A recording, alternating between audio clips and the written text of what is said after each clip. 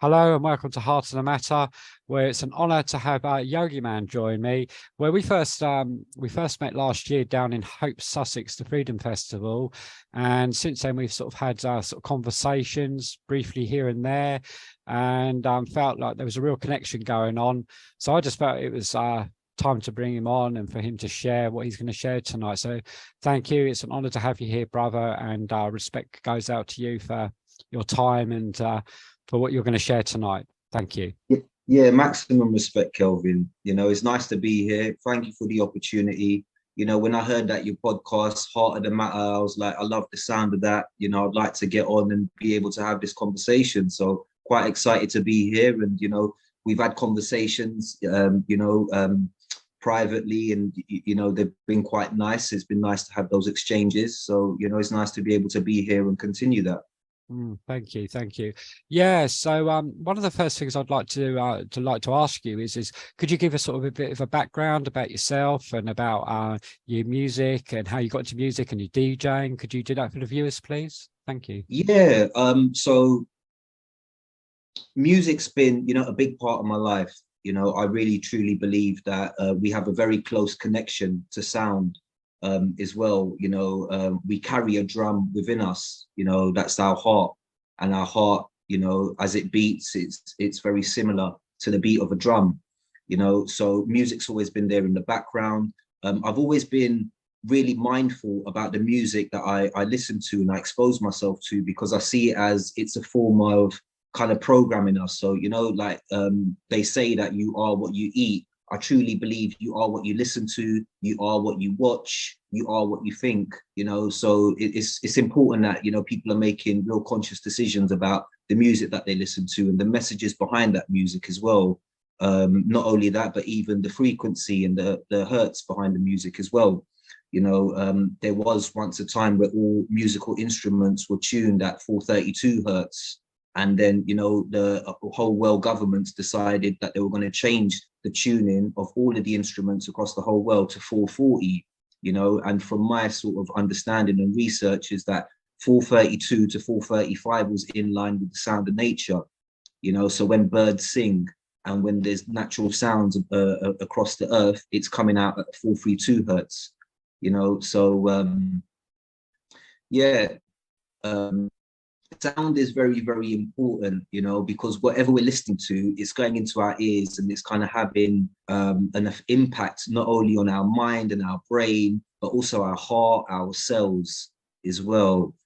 So for me, I've always liked to listen to conscious music. It has to have a lovely beat, I love bass, I love drums, so it has to be pretty heavy with a nice rhythm, but also it needs to come with some form of a message or something that's uplifting and empowering. So I've stayed away from popular music. I don't really listen to the radio unless it's sort of like, pirate kind of underground, more community-based stations, purely because I don't like the message that it's been promoting out there for many, many years. So for me, my particular favorite types of genres are things like kind of your underground kind of hip hop, and also roots, reggae, dub music. I've been collecting records, for many, many years, ever since I was a very, very young boy. And I just, been collecting tunes and playing them within my home environment. And then when COVID happened and I was getting into sort of getting my records out, getting my old kind of, sound connected, I really felt to myself that there's real powerful message behind this sound. And I really feel like I want to share with others. So when kicking off, I was quite fortunate to find a venue, quite a intimate venue, but they were happy for us to book it out and to run events there, provided that there were sober events. So I started running some sober nights there, and it was really kind of low key, underground, mainly around the sort of kind of truth kind of community and the holistic community, as well, people that were into sort of like yoga, meditation, kind of health and well-being, and kind of also awake as well, to sort of, the ways of the world. So yeah, that was quite quite a magical time for me, being able to get out my old tunes and be able to share that, That's lovely. Yeah, well, thank you for that. It's very a very sort of similar journey for me. Music started from a very, very young age for me. maybe about 7 years old, sort of around about that sort of time. My mum gave me a record deck and a load of records and stuff. So yeah, that's when it was like a medicine for me. Like it lit up my inner world, and it's always been there with me. Yeah, you know, man. it's been a big part with me. And I think I remember, yeah, my first record I actually went out and bought was an electronic record, actually, which was Visage Fade to Grey. And I bought that from Woolworths years and years ago. So yeah, and you know, and just then I sort of got into other things like Human League and Depeche Mode and things like that. But then I sort of fell away from that for a while, and I went sort of into sort of the sort of stuff that was coming out of the mod scene, actually. So it's like ska, rhythm and blues, and things like soul as well. So I was sort of into that scene for a while. And then the story is that happened for me was my brother was driving me down to a little town called Bognor Regis near where I live, and I was hearing this sort of song being played out, and I was sort of saying to my brother, oh, what's this song and everything? And, you know, it's just caught me, the interest of that song. And he said, oh, it's a guy called Gerald Voodoo Ray. And that's what sort of then catapulted me back into the electronic scene again. And yeah, the rest is history, really. And I got caught up within all the early sort of acid house scene and stuff like that. And, you know, just started collecting records, and had a friend of mine, and he said, you know, you've got all these fantastic records. Have you ever thought about playing out as a DJ? And I sort of, no. He said, well, it'd be a great way, you know, you got all this fabulous music to share it. So I saved, got some money together, bought my first pair of Technics decks and a little mixer, and started practicing away. And by about sort of 1995, I started playing out sort of in clubs, and yeah, the rest is history, really. So that's my sort of my part of it, really. And yeah, so that's just my part of the history from my sort of DJing and how I got into it and stuff. So it's just one of those things, like you were saying. It's like it's like I can look back like it was yesterday, and it lit up my life, and it was a medicine, and it's never left me. So yeah. I like what you say there, because I feel the same way. Music is a medicine, you know. It truly has the power to heal.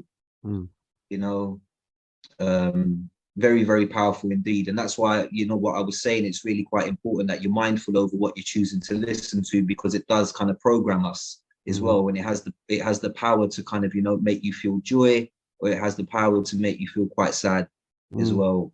You know, the whole thing about, you know, running events, I felt it was quite powerful, because it was very much needed, because people were in a state of sadness, in a state of confusion, you know, in a state of fear. And I felt like, you know, we're alive right now, you know, and it's really important that we sort of, you know, express ourselves, you know. And how more nicer to do that in other than the form of dancing, you know, because when you're dancing, you're in sort of free flow expression, you know, you're able to sort of like release emotions.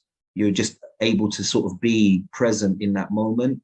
You know, you're able to sort of balance your energies, you know, you can sort of de-stress and be in a state of joy, you know. And I feel like when we're in a state of joy, it's almost like we're sort of injecting that into the environment, into the atmosphere as well. Similar to when we're in a state of fear, you know, that's being projected, you know, and that's being, you know, cultivated and collected by other, you know, energies out there as well. So when you're in a state of joy, it's kind of like doing our kind of civil, kind of human civil duty as well. Absolutely. And you know, creativity, you know, is a big part to playing all of this, you know. And I always say that the enemies of life will try and do everything that they can, you know, to, like you said, inject that fear, you know. And creativity, you know, it comes in many forms, you know, whether it's through music, being a poet, you know, drawing a picture. It comes in Cooking. Cooking, yeah, anything. You know, it's just a beautiful thing to do. But one of the things that I wanted to bring up and ask you about, I have a question for you, because what I see a lot of is people being stuck in loops.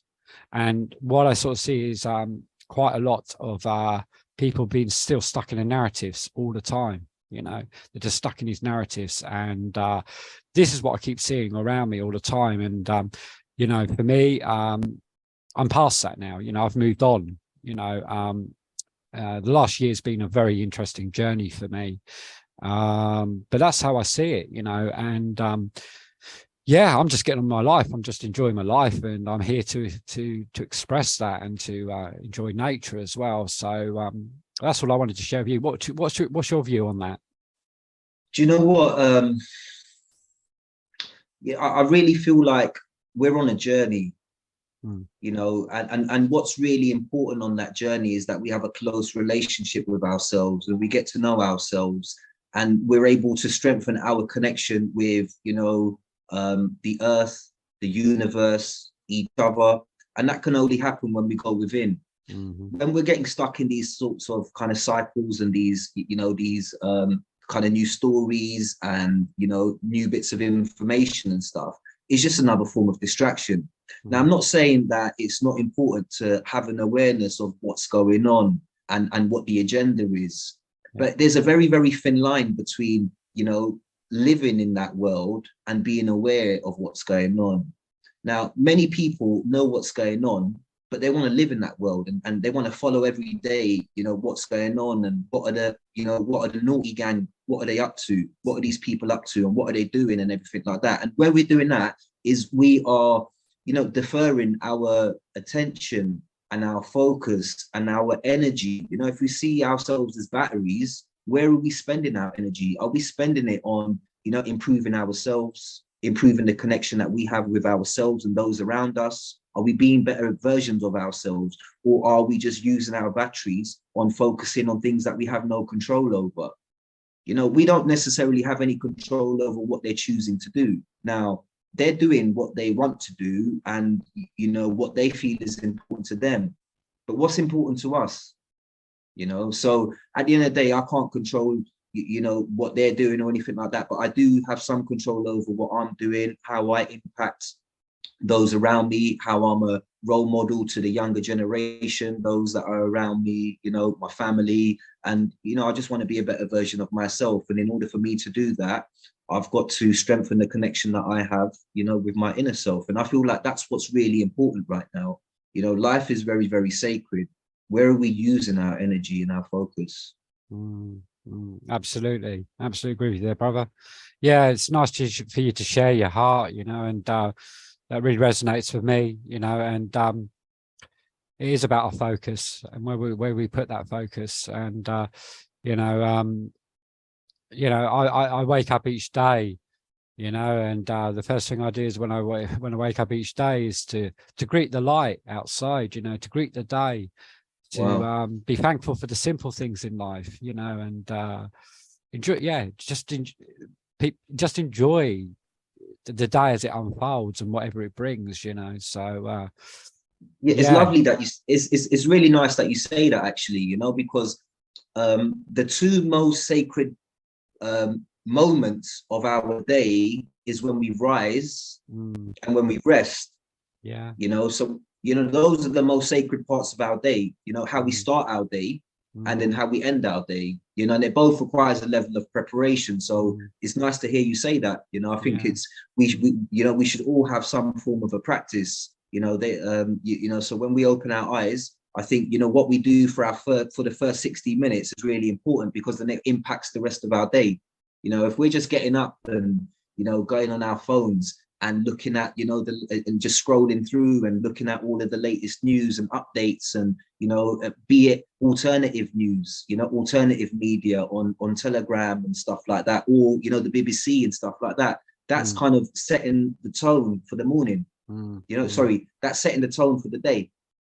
Yeah, and that's another thing. I don't even like saying the word morning, because language is very powerful, you know, and what does the word morning actually mean? Yeah, you know, and a lot of people find it, a lot of people find it quite strange, you know, because I will say things like greetings, you know, or like, you know, grand risings, you know, and people are like, what are you talking about? What are you getting on about? You know, good morning. And it's like, what's good about morning? You know, to be in a state of, you know, to be in morning is to morning. Be in a state Yeah. You're absolutely spot on there, because you know, these things have been brought up before by Ahmed and Jay, you know, about the words and stuff and all of that, you know, and what's behind the words and stuff and all that.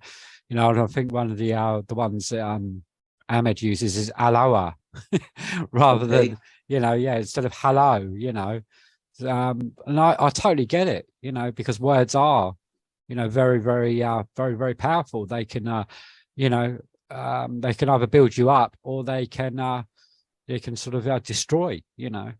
That's what words can do. And people don't seem to realize that those frequencies, when they hit you, your body's made of water. And I saw some scientists or something, and it showed what happens when you use certain words and how it impacts.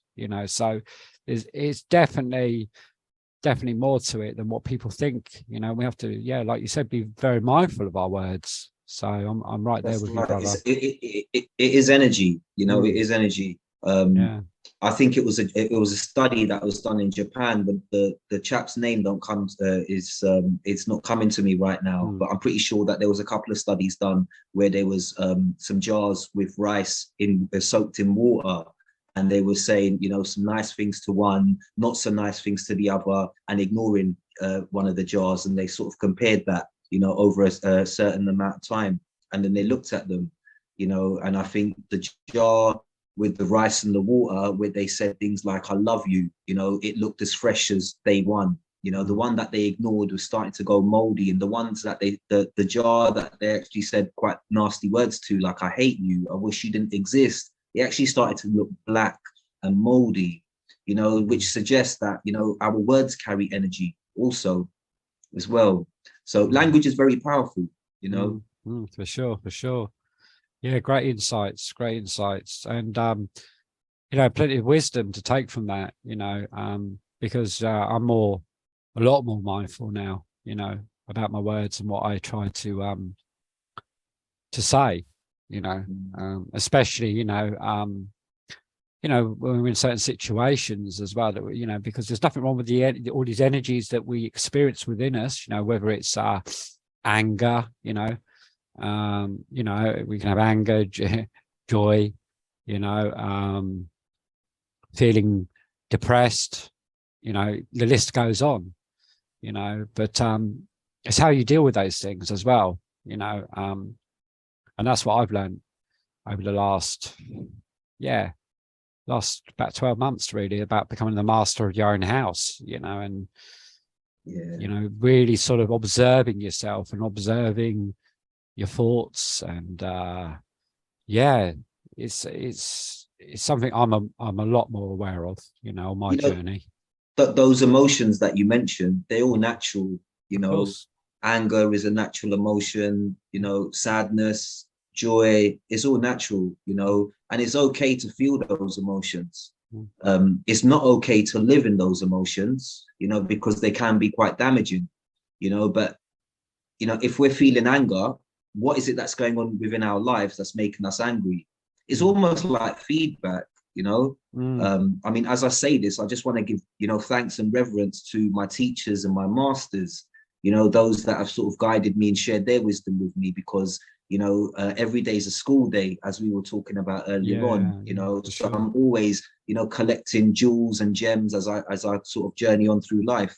I really felt I needed to say that, because what I'm about to share is something that, one of my teachers has shared with me in the past as well, that it's not okay to live in those emotions. But when we feel, anxious, what's going on within our life that's making us feel anxious? Because it's almost feedback. There's something we need to do to address what's making us feel anxious. Like, you're going to feel anxious if you're going to a job interview, if you've got a court appearance or something like that. So, your body's actually saying, I'm feeling anxious right now. You need to prepare for what's about to come. If we're feeling angry, something's happening that's making us feel angry. So we need to address that as well, and I feel like right now, where we are in terms of, the timeline, it's quite important that we look within and start to do a lot of that work, because we almost need to release a lot of the baggage, a lot of the trauma, a lot of the weight that we've been carrying, because it's been weighing us down. And for what's about to come in time, we need to lighten the load, so we're able to, I don't want to say ascend, or to sort of, to move to sort of like higher heights or higher regions, but we need to drop what we've been carrying for many years in order to move forward. Yeah. And winter is the time for that. I know I've certainly been feeling it this winter as well. I feel like I've been facing a lot of the stuff that I felt I had dealt with in my life. I feel like it's been coming back to me, and rather than shutting it out, I've been having to look at that, uncomfortable, stuff and work through it, So it's almost like winter is a time for, to face the darkness and to do that inner work, to prepare for what's about to come, which is spring, So January, everybody's around, doing New Year's resolutions, celebrate the new year. For me, we're still in the middle of winter right now, and the new year doesn't begin until spring. Yeah. Spring is the time where it's, new beginnings. It's the time to sort of, cultivate our seeds, and prepare for the growth of the real new year. Hope that makes sense, because sometimes I get a feeling, and it's very hard to sort of express those feelings. No. It's I totally feel where you're coming from, and it's that just that inner sense that knows. That's the only way I can put it. That inner sense, and yeah, it completely resonates with me. And I just hope that the viewers, will take away, from this message that's been brought here tonight. Because that's what it's about. We're here to share. We're here to share the Gnosis. We're here to share the wisdom in nature. You shared a beautiful story with me. I remember that story, and I'd like, if it's okay for you to sort of maybe to sort of share that here for the viewers. And that was one to do with the plants. And you said about about how it's a seed, and how you feed it, and then you go away, and then you come back and you feed it a bit more, the plants. And I just thought that was a beautiful analogy. So yeah, if you could share that as well, that would be absolutely wonderful. Yeah, I mean, again, I feel like we've got a very, very, we're children of nature, aren't we? We have a very, very innate, close relationship with Mother Earth, and we've kind of forgotten that. We've moved into sort of like a digital age and sort of removed ourselves from all things natural. A lot of what we partake in is synthetic. We eat, who eats real food, that's grown in the land. We tend to eat food like products. So a lot of the ways that we live these days is kind of against nature. So it's really important that as children of nature, we honor, who we are, and we also honor the spirit of Mother Nature as well by strengthening our connection. So I've been getting into gardening quite a lot over the last couple of years, and just getting my hands and my fingers back into the earth, and strengthening my connection, even, taking your shoes and socks off and kind of, just standing in the ground. Because our feet are like the soles of our feet are like receivers. As we're walking around on the ground, we're receiving messages, we're communicating with the land, and the land holds its own memories, its own energy. And as we walk around with no shoes and socks, we're able to sort of receive that and exchange information and exchange energies and rebalance ourselves as well. For those of us who spend a lot of time on computers, laptops, smart devices and stuff, it's really important that we shed out the electromagnetic frequencies that we collect by taking off our shoes and socks and standing on the earth. That's a way of sort of shedding the excess EMFs that we collect as well. But I see everything that we do is a form of planting the seed. The words that we're exchanging is like we're planting seeds. The actions that we're carrying out is like planting seeds as well. So we can either grow beautiful flowers, or we can either grow weeds. It all depends on how we speak and how we act and how we behave. Yeah, for sure.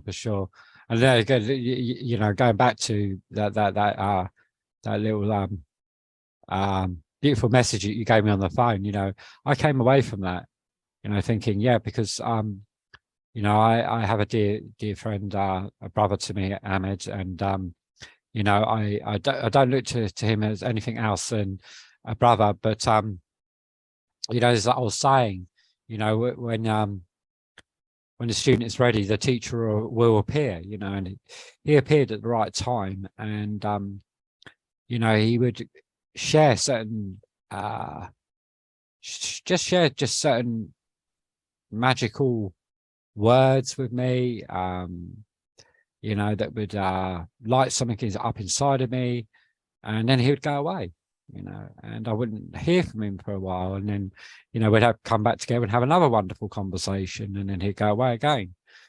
So when you told me the story about the plants, you know, and how you nurture it, you know, by feeding it and giving it water, then you go away and then you come back again.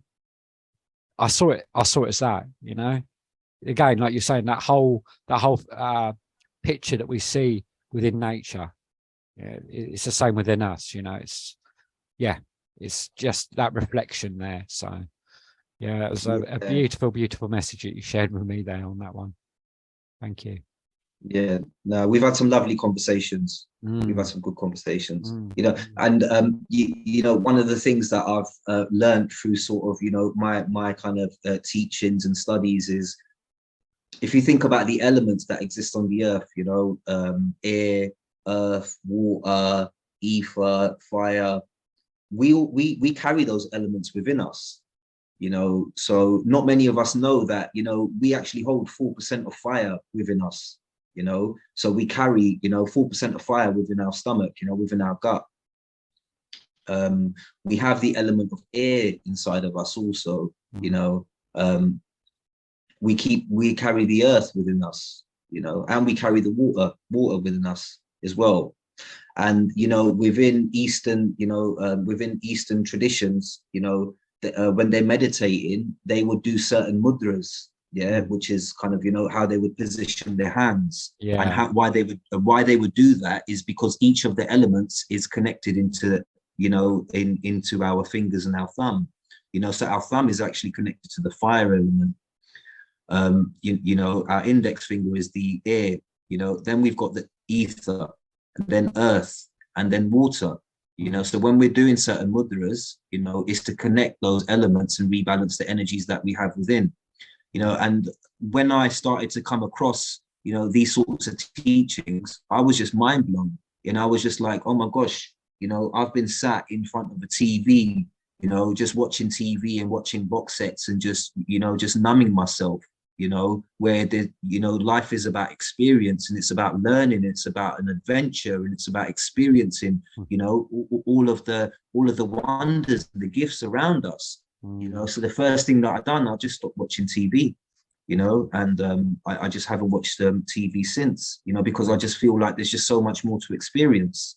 Yeah. You know, I don't think I would have been here now if I was still, you know, involved in watching TV and whatnot. Yeah, and that's it for me. You know, it's like I think my you know, my journey started about maybe 3 years, something like that, maybe 3-4 years ago.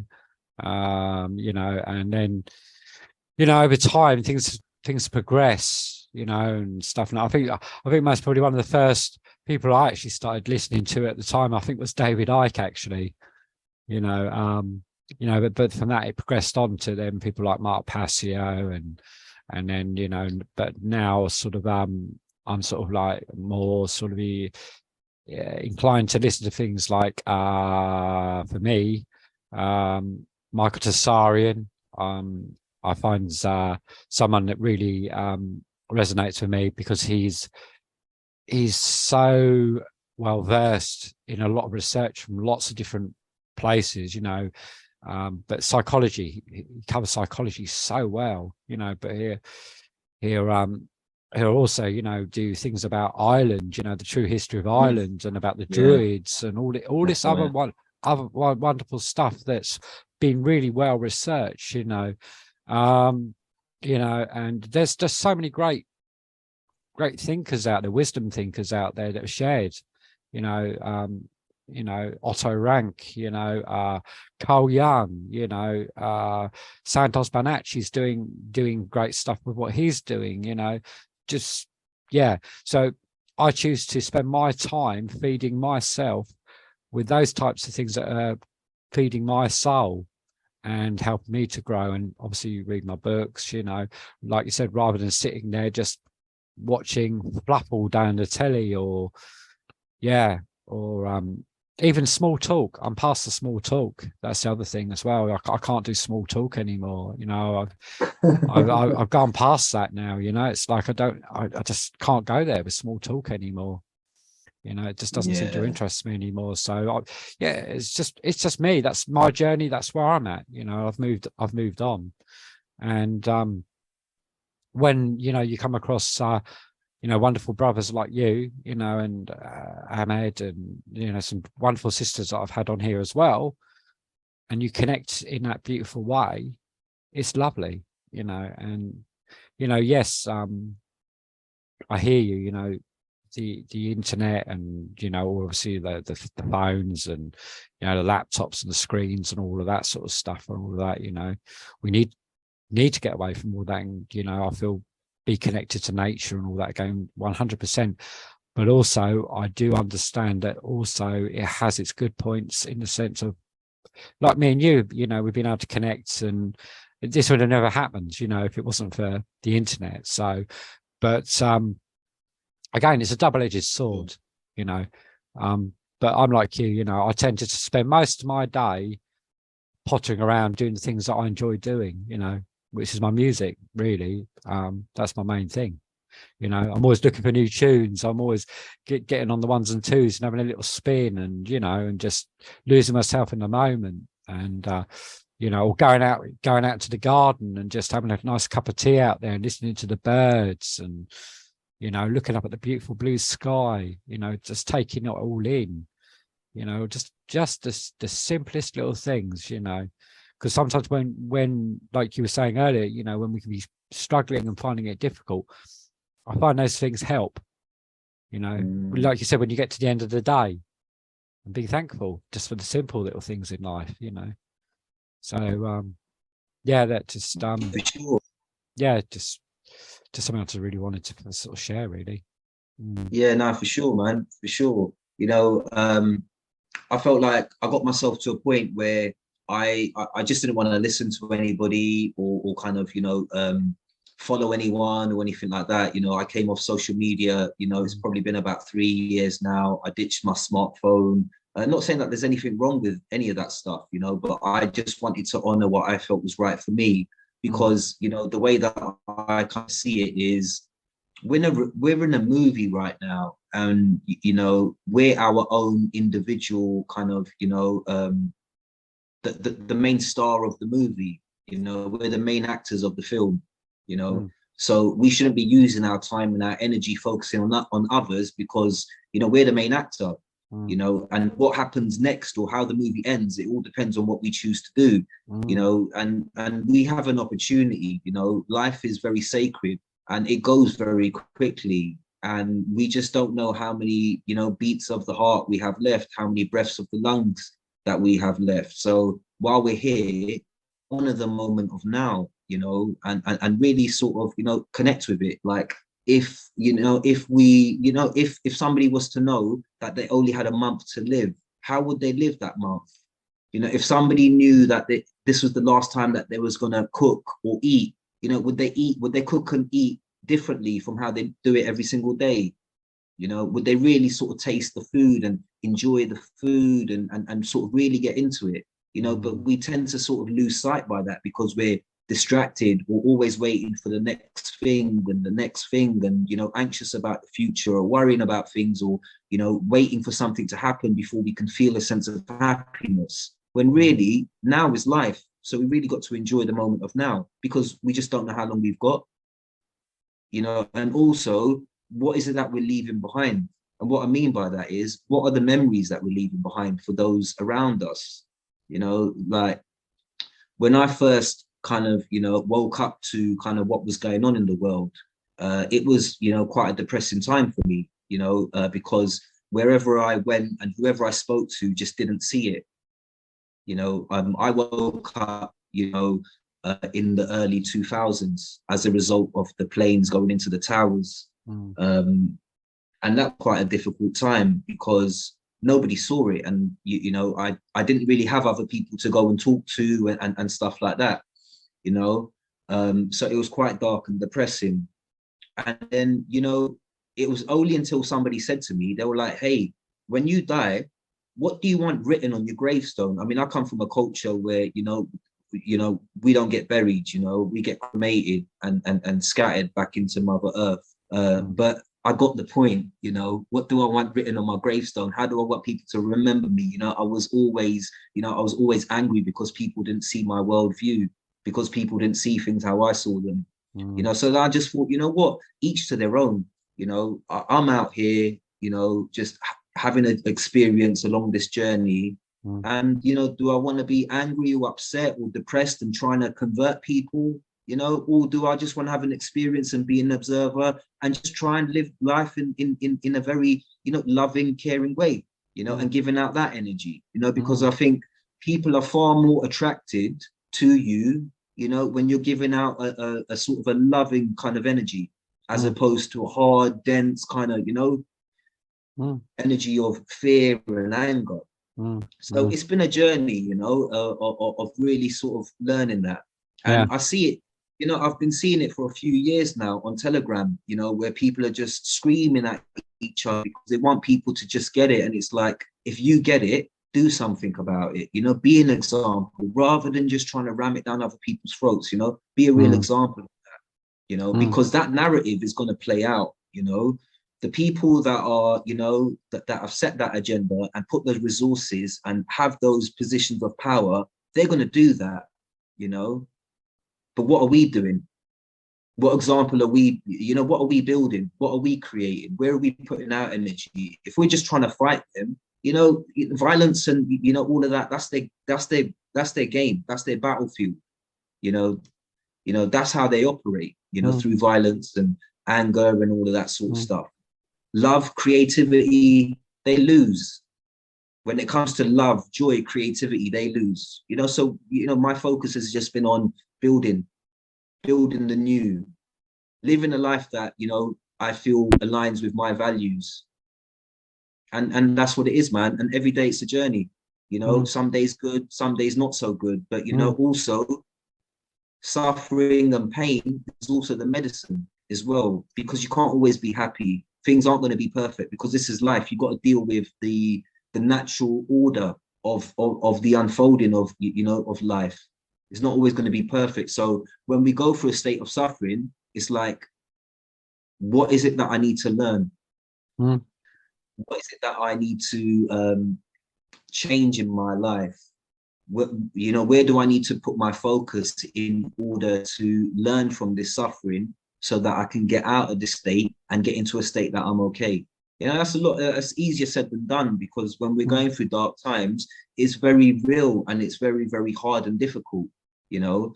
But as we all know, those of us who've lived on this, you know, on this planet for a number of years, everything passes. You know, when you look back to, you know, when I look back to some of the hardest things that I've been through, when I was going through them, I thought that was it. You know, I'm never going to get out of this situation. My life's done, like, you know. But what happens? Everything passes and we move into a different space, you know. So it's just about trying to find acceptance, I guess, you know. Yeah. And you know, again, you know, you said something that really resonated with me, is about that we're in cycles, you know, and that's again, it's in nature as well, you know, you have the seasons, you know. It's just you know, it's just the way it is, isn't it? It's part of the journey and part of the inner nature that we have, because we're connected to nature in itself. That's a beautiful. Everything is a cycle, bro. Everything is a cycle, man. Yeah. You know, the moon cycles. You know, every 2 weeks. You know, you know, the cycle is changing. You know, even the breath is a cycle. You know, how we breathe in and how we breathe out. The sun, you know, as it rises and as it falls, you know, so everything moves in cycles. You know, everything has a start, a middle, and an end, you know, including us and our lives. you know. And again, I talked about the two most sacred points of our day. The two most sacred points of our life is when we get here and when we leave here, you know, and both require a level of preparation, you know. When we come here, it requires some preparation, you know. We come into this plane, you know, and then when we leave in this plane, you know, it requires a level of preparation, because we're going to go, you know, we're going to transcend, and we're going to move off, you know, whether or not we're going to, you know, who knows, whether or not we're going to reincarnate and come back here, or we're going to move off and you know, go off. But what I truly believe is all of us individually are judged, you know, on our good deeds and our bad deeds, you know, our actions. And that's why I truly believe that there's no judge that exists on this plane right now. You know, there's only one judge, and that's the Almighty Creator, you know, and there's nobody above us right now as well, you know. So this whole kind of system that we live within, this whole sort of like, you know, hierarchy system, you know, be it the legal system, political system, you know, the empires that exist, you know, to me, we're all created equal, you know, under the one. There's only the one that's above us, you know, and that could be, you know, the universe, or it could be the creator of the universe, however you choose to see it. But the, you know, the principle is that, you know, we're all governed by the one, and there's no hierarchy under this, you know, on this plane. A lot of that is sort of what's kind of, you know, how we've been conditioned to think and believe.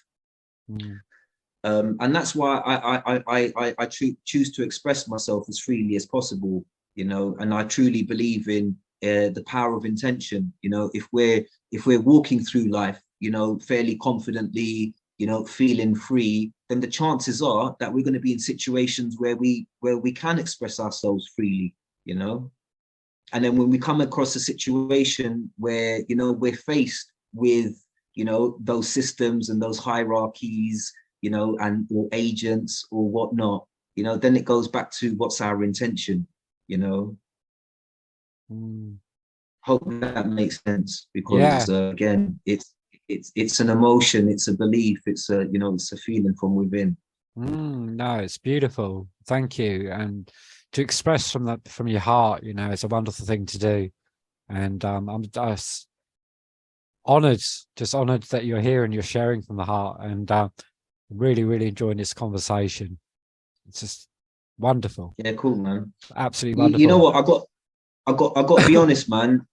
This is just what I've collected and what's been shared and what's been given to me.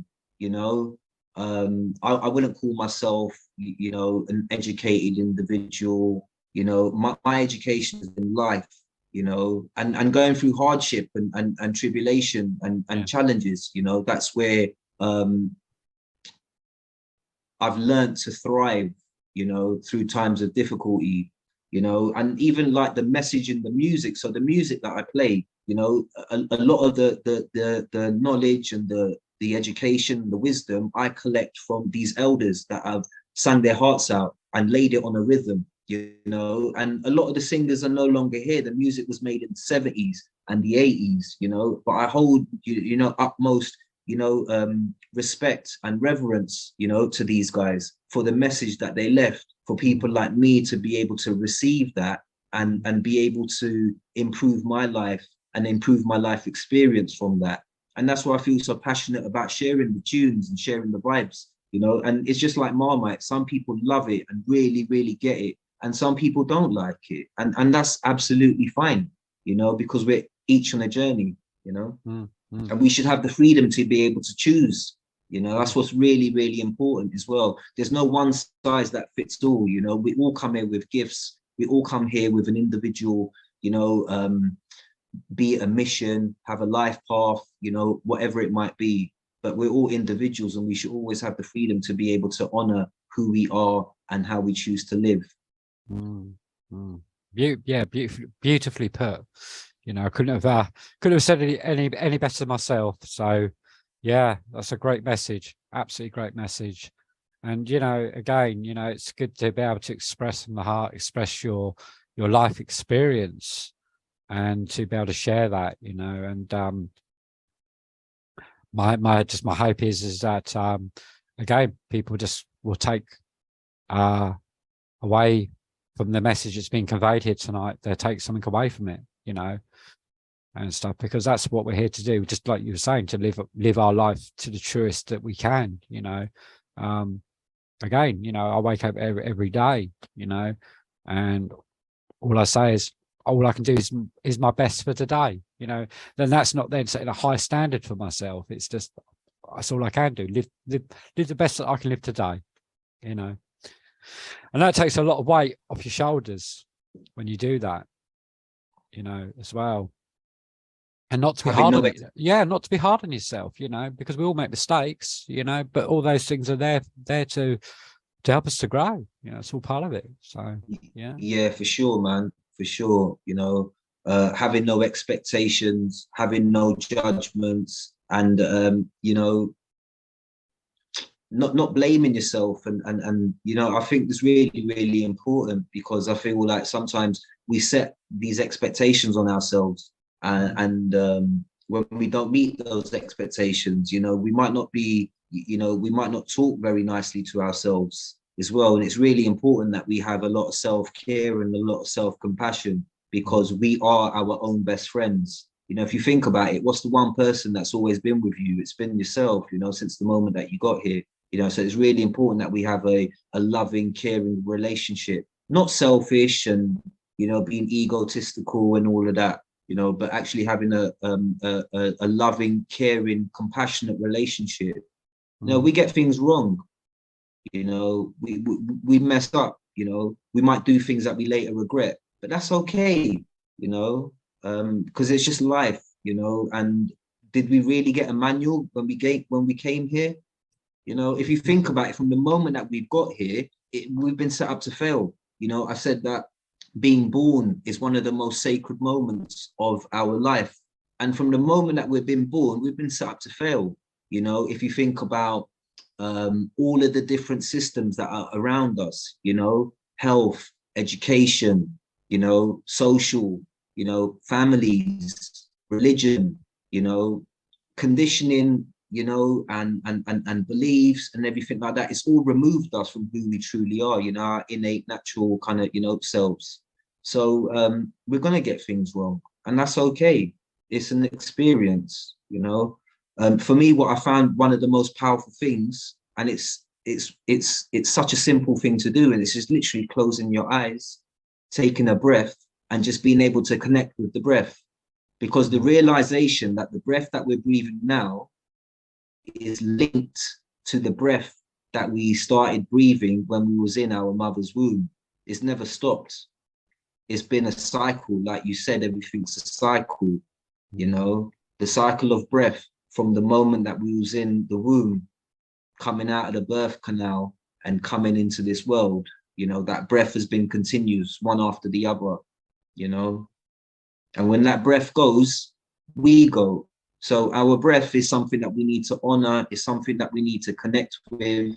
Again, I'm saying that I'm not trying to preach. Again, you know, if it resonates, you know, try it. But I really believe, you know, our breath is, and within the culture that I come from, our breath is our teacher. You know, when we connect to our breath, we discover ourselves, who we are.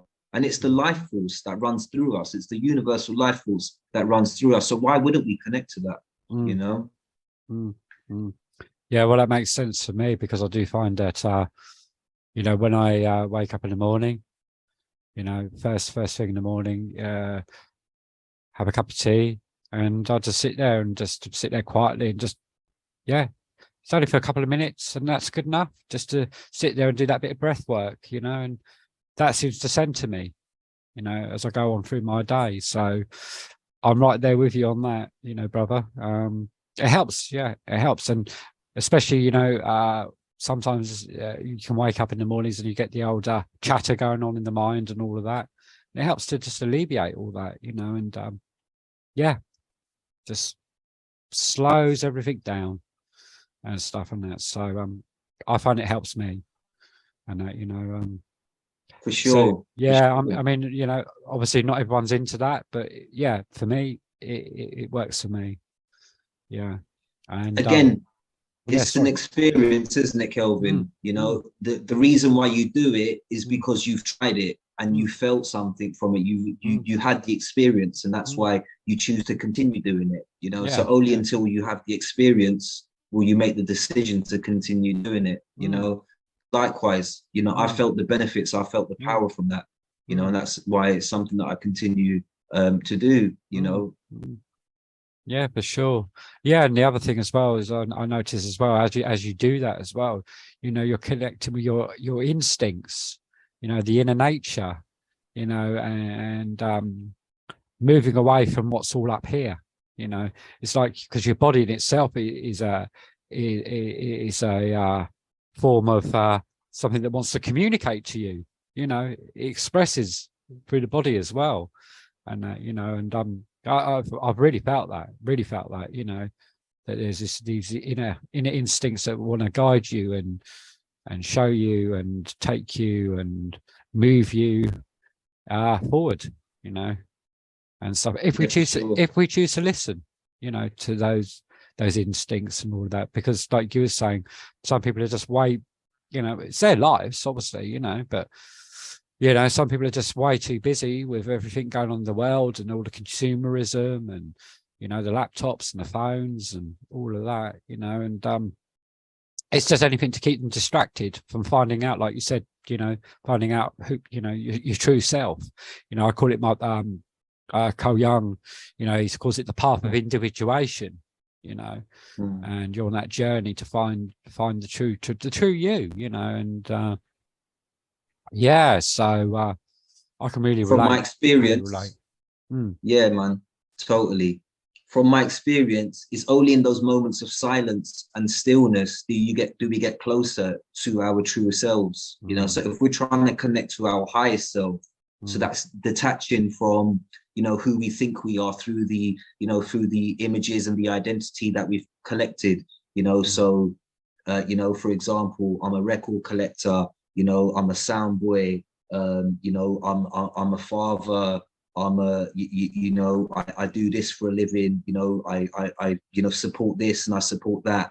You know, it's only through the moments of silence and stillness can we detach from those things that we've developed, which is parts of our ego, yeah, and getting back to our true self, you know, that source of the, you know, I call it universal sparks. You know, we're all sparks of the universe, you know, so when we came here, you know, through our mother's womb and the birth canal, you know, we were a spark of the universe, you know, like a pure, you know, like, you know, the pure, you know, like pure source.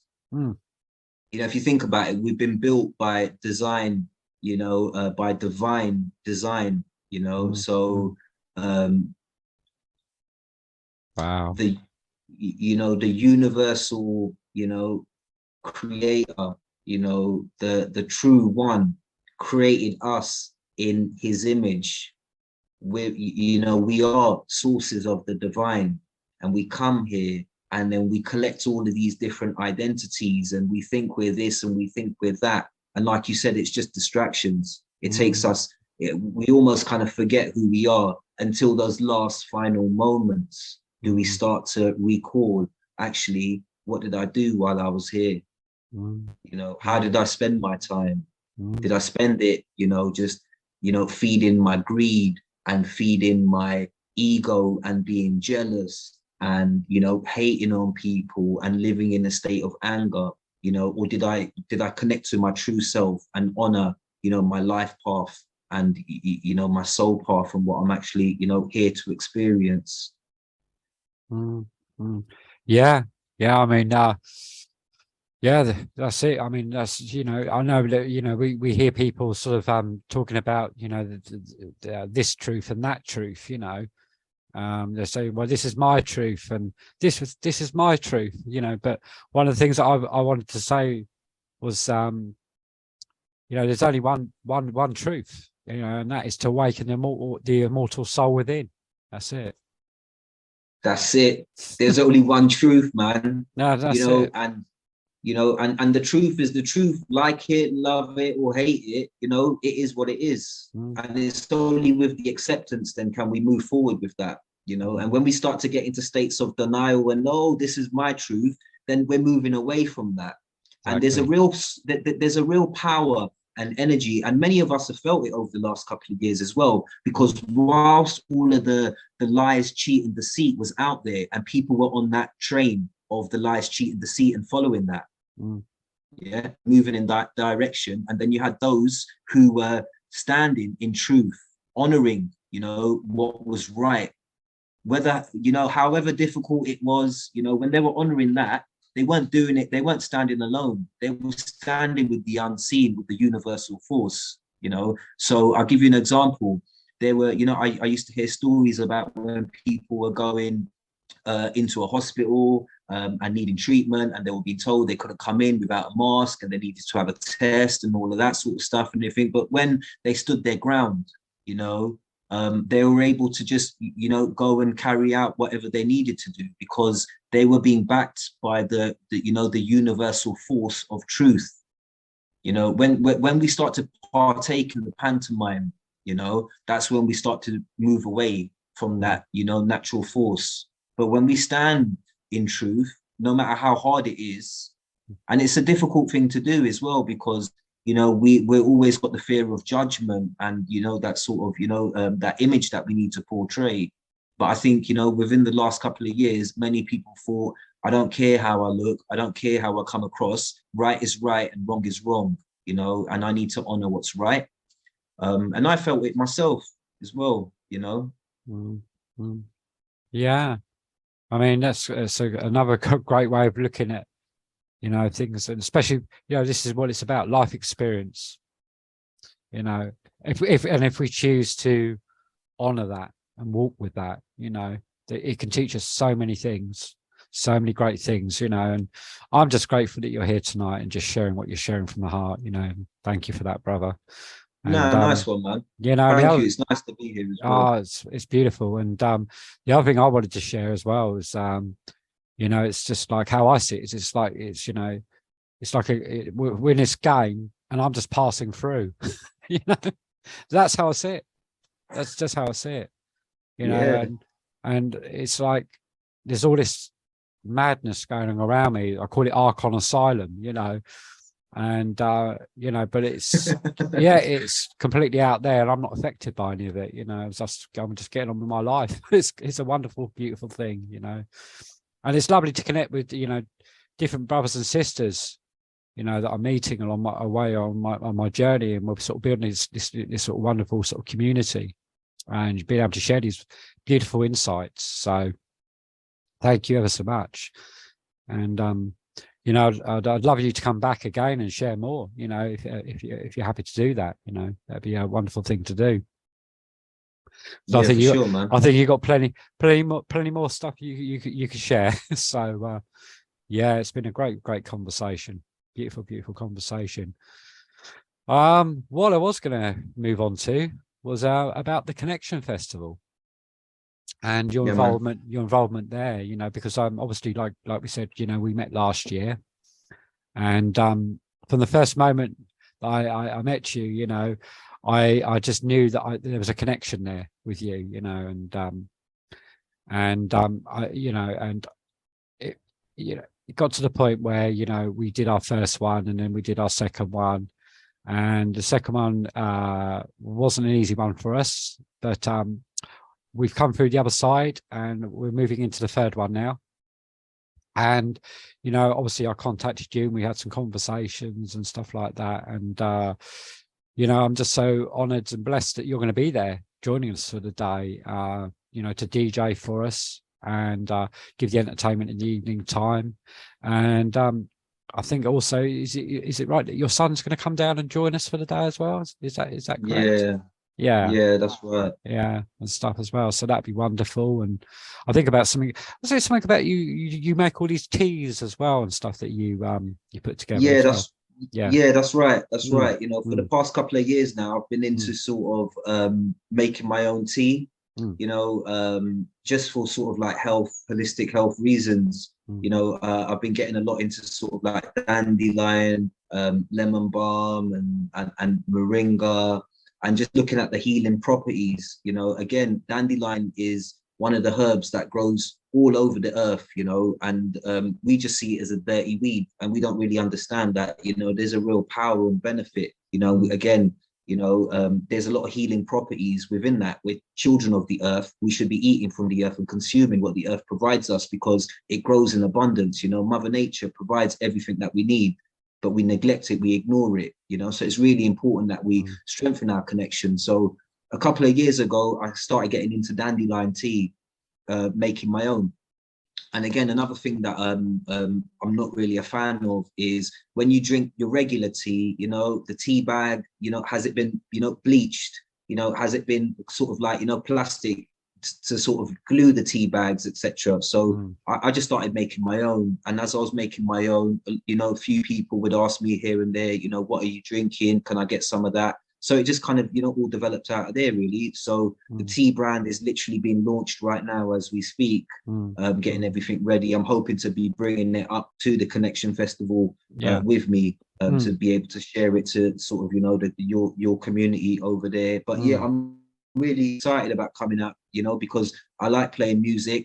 I generally don't really prepare for, like, I don't really prepare sets to know what I'm going to play or anything like that. I just generally bring, you know, 1 or 2 boxes of records. I get a sense of the energy in the place, and I just look through, and then I just play certain tunes and then see what happens. And also I like reaching for the microphone and just doing some spoken word as well. You know, certain things that happen to me, I like to be able to share that, you know. But I also want to say, you know, big up those in East Sussex, big up all of the Hope, you know, Hope in East Sussex crew over there.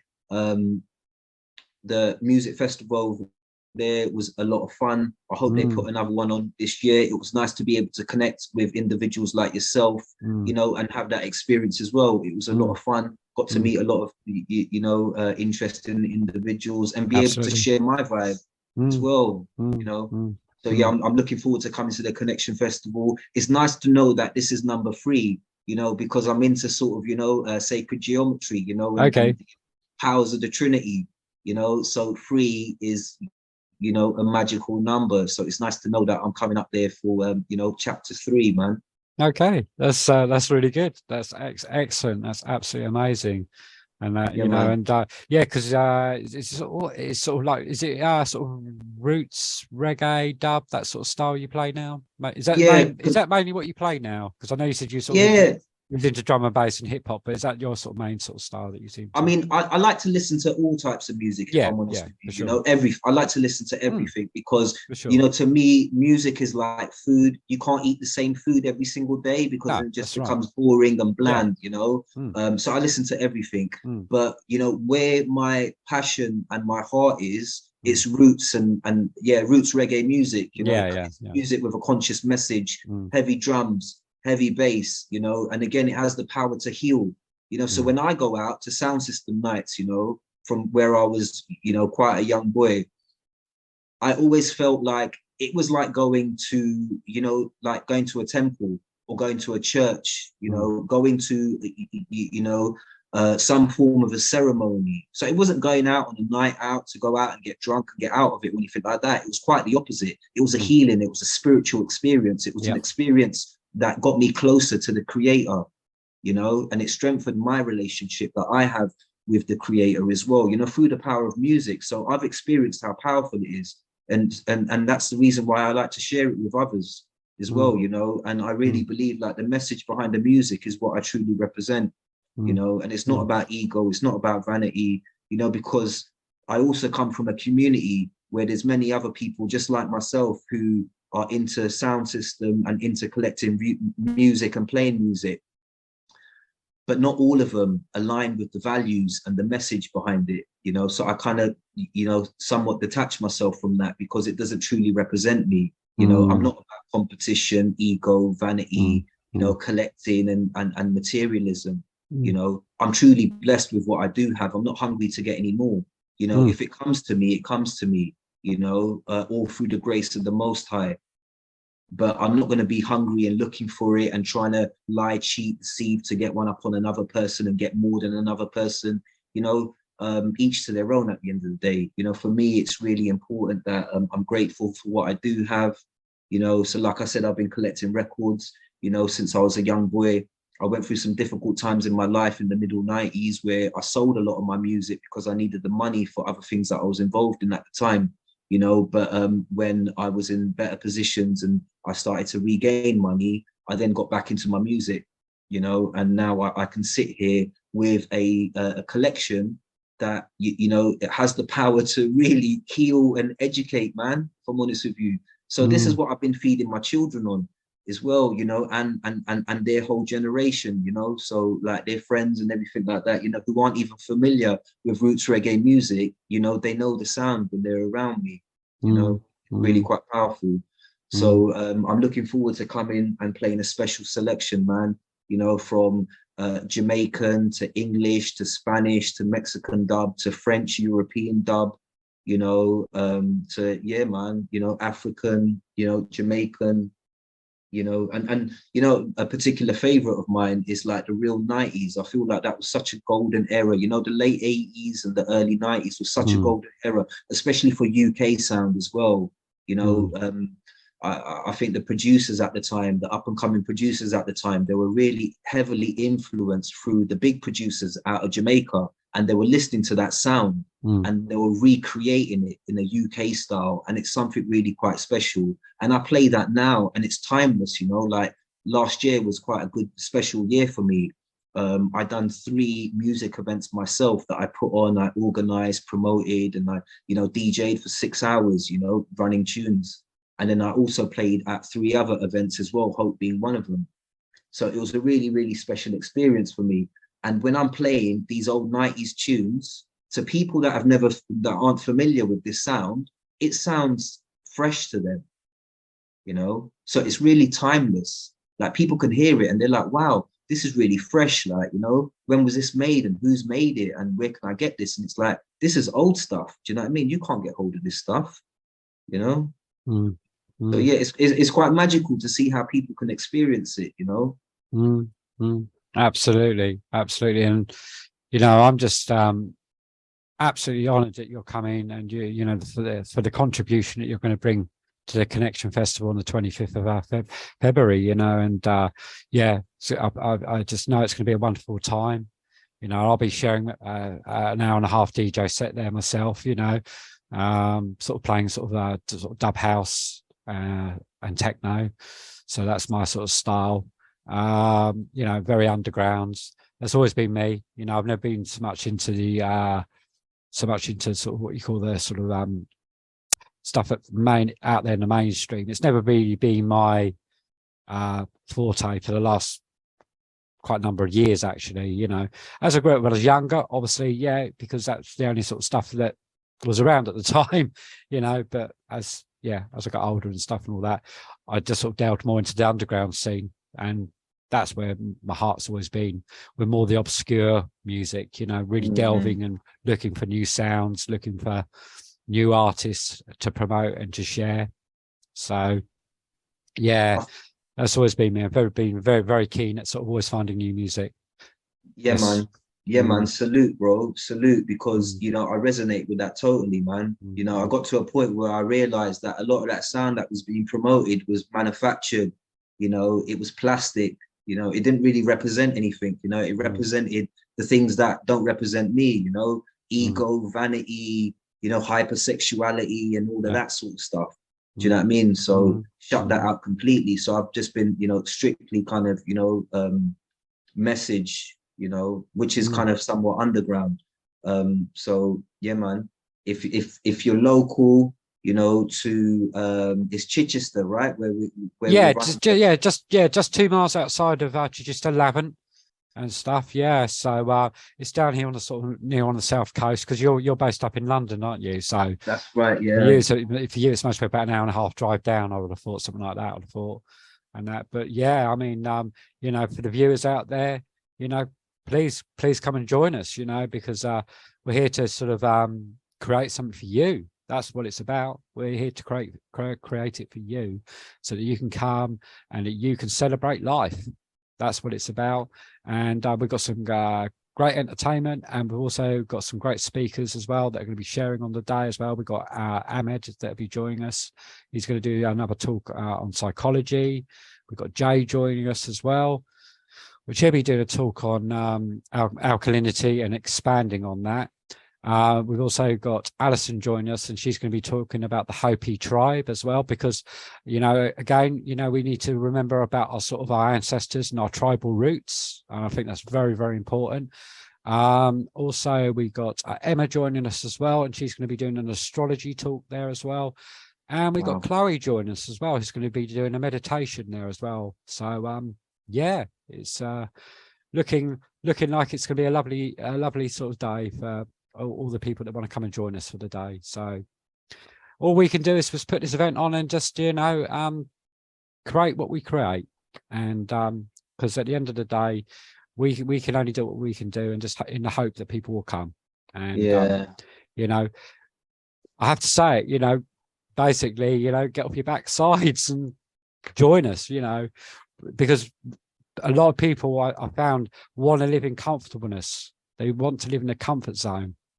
This is the problem I find as well. You know, they just don't want to get themselves out of their comfort zone. So that's something I wanted to share and end on my side of things. Yeah, man. You know, I just wanted to say that the lineup and, you know, what you're putting together, you know, it sounds really, really interesting. You know, all those topics that you mentioned, you know, I'd love to sit and listen and be able to sort of, you know, take in that information. So if you're listening to this right now, you know, I hope you are thinking about coming along and being a part of this as well, because, you know, I know, Kelvin, it's taken you, you know, a lot of work and effort, you know, for you and Joss to be able to put it together, you know, so, and you're not doing it for yourselves, you know, you're doing it to be able to, you know, put something out there, you know, for people to be able to, you know, receive and be able to gain from, you know. So if you're listening to this in your local, you know, do think about coming and having the experience, you know, and also supporting the local community as well and what's being built right now. Because what I truly see is a couple of years ago when the fire was turned up and people could feel the heat of that fire, you know, they were doing something about it. Whereas now they're not feeling the same level of heat. So people are sitting back down right now and getting back comfortable and thinking about holidays and, you know, doing up their houses and, you know, and things like that. But, you know, the heat could turn back on very quickly, you know, at some point very, very soon, if you know what time we're in right now. So it's not about sitting back down. It's not about living a life of comfort. You know, it is about, you know, building community. It is about connecting with each other. It is about sharing skills, you know. So, yeah, if you're local, come through to the Connection Festival and have the experience, you know. As I'm talking right now, I'm looking forward to reaching on the mic and playing some dubs and just doing some spoken word over it, you know, and you know, bringing a vibe, you know. Oh, well, thank you, you know, and it's an honor and a blessing to have you come and join us for the day, and it's been a real honor and a blessing having you here tonight to share what you shared as well. Yeah, so is there any sort of final words that you want to end on before we bring this podcast to a close? You know, just a couple of things I wanted to say, man. One, maximum respect, you know. I like what you're doing over there. You know, when I met you over in Hope and I could see that you had your flyers and you were promoting what you were doing, I was like, man, I like what you guys are doing, you know, and I'm happy to come up there and, you know, bring my sound. You know, I'm going to be packing, you know, I have to borrow a car because my car's not roadworthy right now to make it all of the way to you. So I'm going to have to borrow a car, but I'm going to load it up with all of my sound and everything. And I want to do that to, you know, one, spread this message, but also to support what you guys are building out there, you know. So, you know, big up yourself, you know, and kind of what you guys are doing there. But for anybody who's watching this right now, you know, the one thing that I would just like to leave is that, you know, we truly have the power to turn things around. You know, we truly have the power, you know, to build a life that we want to live. So, you know, be mindful of the narratives out there and create your own narrative. Doesn't matter how windy and how stormy and how dark it is, you know, we carry a light within. You know, so when we can go into moments of silence and stillness and connect with our true selves, you know, we light that lamp, you know. And then you mentioned, you know, the connection that we have with our ancestors. You know, when we step into those moments, we're actually honoring our ancestors. you know. So just the final thing that I'd like to say is we should take a moment every now and then to just light a candle in remembrance for those that are no longer here, for those who sacrificed their lives, you know, those of our ancestors that sacrificed their lives in order for us to be here today, because we wouldn't be here if it weren't for our ancestors, you know. So we need to remember them, honor them, you know, carry them with us with everything that we do, because we don't move alone, we move with the unseen as well, you know. I'm saying this right now as a reminder to myself. You know, I like to burn incense, you know, and I like to burn candles, and I like to burn those candles in honor and remembrance of my ancestors, you know, and I feel like it's those things that are really important and quite sacred, you know, as opposed to the distractions that are out there. So I just wanted to say, love is the answer, you know, and no matter what situation we're faced in, just let's ask ourselves, how would love respond to this right now? You know, because that's where the truth and the purity is. Yeah. Hope that resonates or makes sense, and we'll continue this conversation another day, brother. We will. Hopefully, we'll get back together sort of sometime, maybe next month, and carry on this conversation, because I really feel that you've got so much more to share, and it's an honor to have you join me, and it's wonderful to have another DJ as well. So it's you know, somebody that comes from sort of that background as well. So yeah, it's just an amazing connection we have, brother. And thank you for your time. Thank you for everything you've shared here tonight. And much love goes out to you, you know, and look forward to you joining me sometime next month. Big up, bro. Enough respect, yeah? Much love. Peace and love, brother. Much love. See you soon, man. I know the time will come when we welcome everyone, yeah. Even the young and the old. We're here to soothe